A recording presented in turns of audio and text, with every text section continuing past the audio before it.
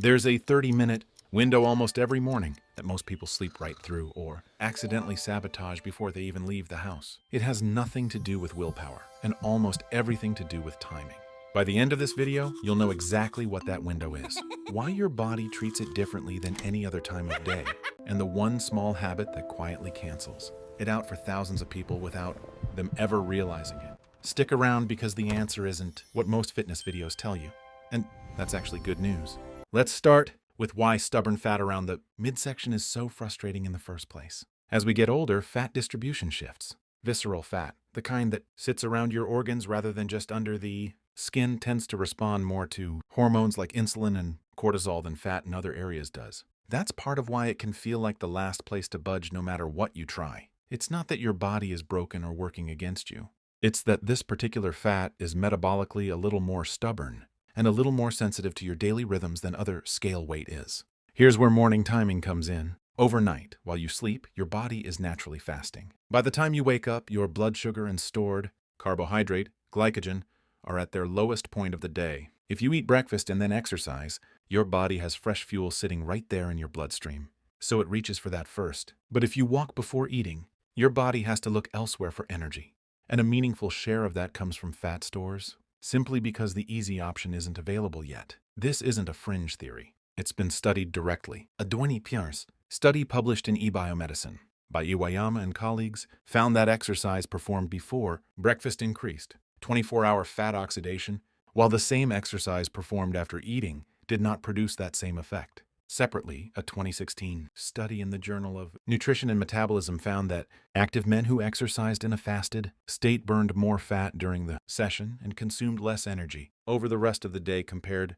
to when they exercised after eating. And a more recent 2025 study published in Frontiers in Physiology compared morning versus evening exercise and found that fasted morning exercise produced a significantly greater increase in fat oxidation, both during the workout and for several hours afterward. Now, I want to be straight with you about something most videos on this topic gloss over. None of this research shows that fasted walking targets belly fat specifically. Spot reduction and losing fat from one chosen area through exercise isn't really how the body works. What the research does show is that fasted exercise shifts your overall fuel mix toward fat rather than carbohydrate. And over time, consistent fat loss anywhere on the body will eventually include that stubborn midsection too. It's a real, measurable advantage, just not a magic spot treatment. Please hit the subscribe button and join us for more fascinating facts.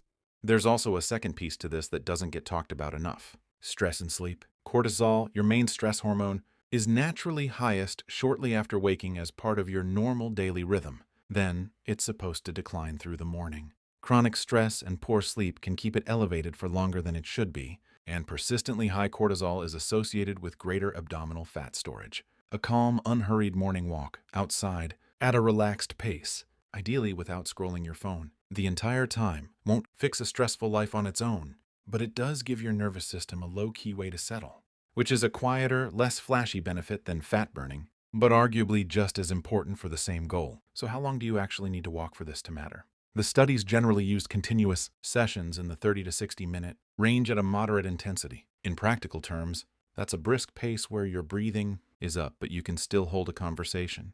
Sometimes called the talk test, the first 10 to 15 minutes are mostly your body shifting gears.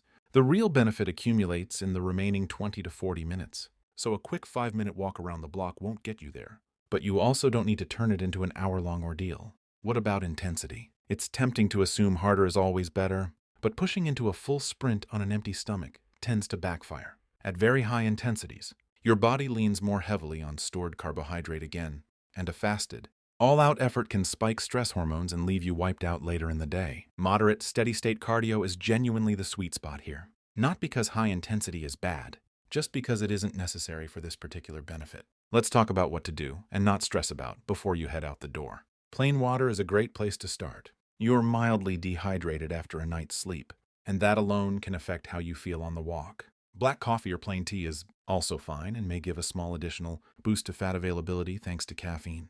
If you have a splash of milk in your coffee or aren't perfectly zero-calorie, you haven't ruined anything. Your body doesn't work like an on-off switch. A small amount of food will nudge insulin up slightly and shift your fuel mix a bit more toward carbs for that session. But it's a dial, not a switch.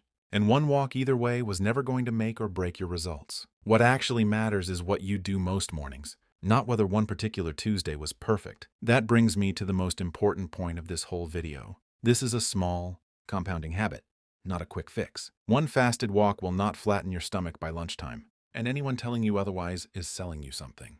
What the research actually supports is that, done consistently over weeks and months, fasted morning walks can be one useful tool, alongside diet, sleep, and overall activity, for shifting your body composition in the direction you want, including that stubborn midsection over time. It also helps regulate appetite and blood sugar throughout the day, which has its own ripple effects. If you're going to try this, here's the simple version. Wake up, drink a glass of water, optionally have black coffee, and go for a 30 to 45-minute brisk walk before breakfast most days. Not every single day without exception. Then eat, get on with your day, and give it weeks rather than days before judging the results. I'd genuinely like to know, are you someone who already walks before breakfast? Or is this something you're going to try this week? Tell me in the comments. I read through all of them. And if this gave you a clearer, more honest picture of how fasted walking actually works, helps this reach more people who are tired of the exaggerated version of this advice. Have a great week.